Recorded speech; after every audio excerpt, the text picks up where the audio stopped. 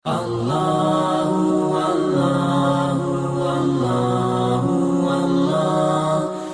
hukumnya ngefans dengan ustadz padahal saya sudah punya suami?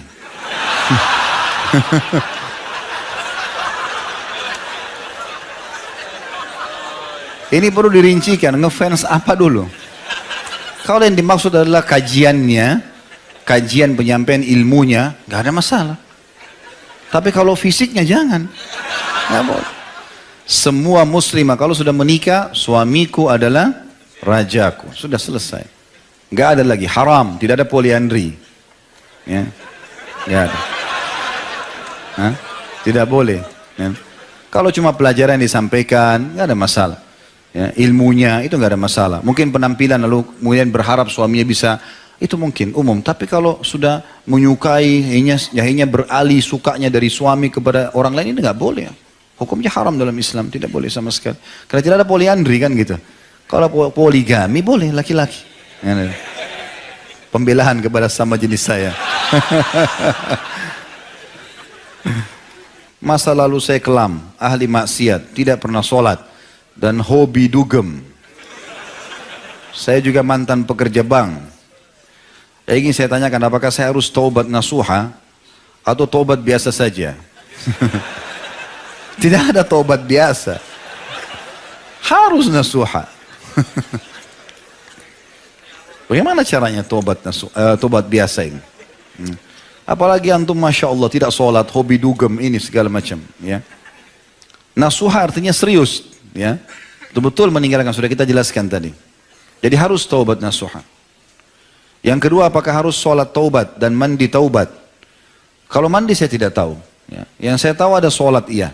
Tapi taubat nasuha syarat tadi sudah disebutkan Syekh Utsaimin rahimahullah 5 hal. Tidak masuk dalamnya sholat. Tapi memang ada hadis yang menjelaskan tidak ada seorang muslim yang berbuat dosa, dosa kecil atau besar, kemudian dia berwudu yang sempurna lalu dia sholat 2 rakaat kemudian dia istighfar, kecuali Allah akan ampuni dosanya. Kalau dia ingin sempurnakan dengan itu nggak ada masalah. Tapi tanpa sholat tobat pun insya Allah diterima, asal dia penuhi syarat-syarat tadi. Bagaimana hukumnya berhubungan suami istri saat seorang istri membayar hutang puasa wajibnya di luar Ramadan? Batal puasanya. Nah, ya.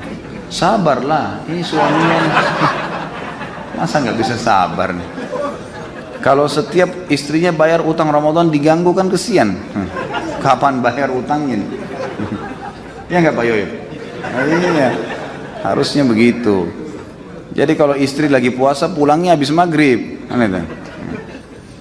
Jadi batal puasanya kalau emang dibatalin oleh suaminya batal. Tapi ini tidak boleh semestinya. Semestinya si istri nggak boleh batalin. Semestinya. Karena ini puasa wajib. Ketaatan pada manusia hanya kalau bukan berbau maksiat pada sang pencipta. Misal masalah sunnah, kalau puasa Senin Kamis, puasa Ayyamul Bid nggak apa-apa dibatalin. Tapi kalau bayar puasa Ramadan ini wajib, nggak bisa. Hak wajibnya Allah kalau ketemu dengan hak wajibnya makhluk yang didahulukan yang mana? Hak wajibnya Allah. Karena ini bayar utang Ramadan hak wajib Allah. Jadi di sini suami berdosa kalau dia batalkan puasa istrinya, istri juga berdosa. Bukan udzur itu. Bukan udzur untuk membatalkan karena hubungan biologis ya. Ini juga nggak masuk dalam rukhsah, nggak ada rukhsah. Setelah berhubungan suami istri, apakah boleh sholat wajib hanya dengan wudhu tanpa junub, tanpa mandi? Nggak boleh lah. Ini iseng aja bertanya. Wajib mandi junub ya akhi. Atau mungkin yang nanya masih bujang kali ini. Belum punya pengalaman ya. Belajar dari Pak Yoyo ya. Haruskah kita menundukkan pandangan apabila menonton TV atau membaca majalah? Kalau anak naik motor, anak menundukkan pandangan, anak takut nabrak Ustaz.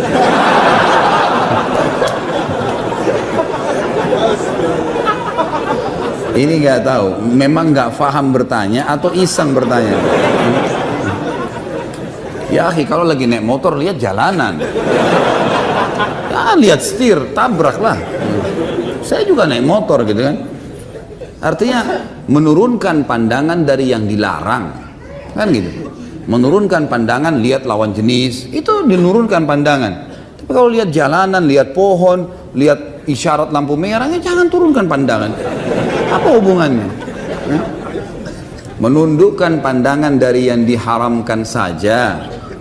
Gitu kan? Kalau yang tidak diharamkan makanan, minuman, kalau semua antum tunduk, minum pun tunduk, gimana caranya? Nggak mungkin. Kan ini. Makanya saya bilang ini nggak ngerti benar-benar atau ada melihat majalah, ada gambar lawan jenis, langkahilah. Nggak perlu gitu. Sebagian ulama di Saudi misalnya, yang saya tahu dari mereka, itu kalau mereka melihat memang harus pun ada majalah, mereka lihat, kemudian ada sesuatu yang memang senonoh lah, tidak layak dilihat, maka mereka kalaupun itu ada di tempatnya, maka dihapus dengan spidol, mereka coret, atau memang mereka tidak perlu baca lembarannya, dilangkain selesai, gitu kan? Atau memang kalau tidak ada hajat, nggak usah dilihat sama sekali, lebih penting begitu. فبأي آلاء ربكما تكذبان رب المشرقين ورب المغربين فبأي آلاء ربكما تكذبان. Mari kita sama-sama selalu follow dan juga tentu lakukan pada semua channel-channel dakwah yang baik yang menyebarkan agama Allah Subhanahu wa taala, karena hak itu kebenaran bila dijunjung tinggi dan dipertahankan tentu batil akan hilang. Namun kalau kita tidak bekerja sama dalam mendukung kebenaran, maka otomatis kebatilan akan merajalela.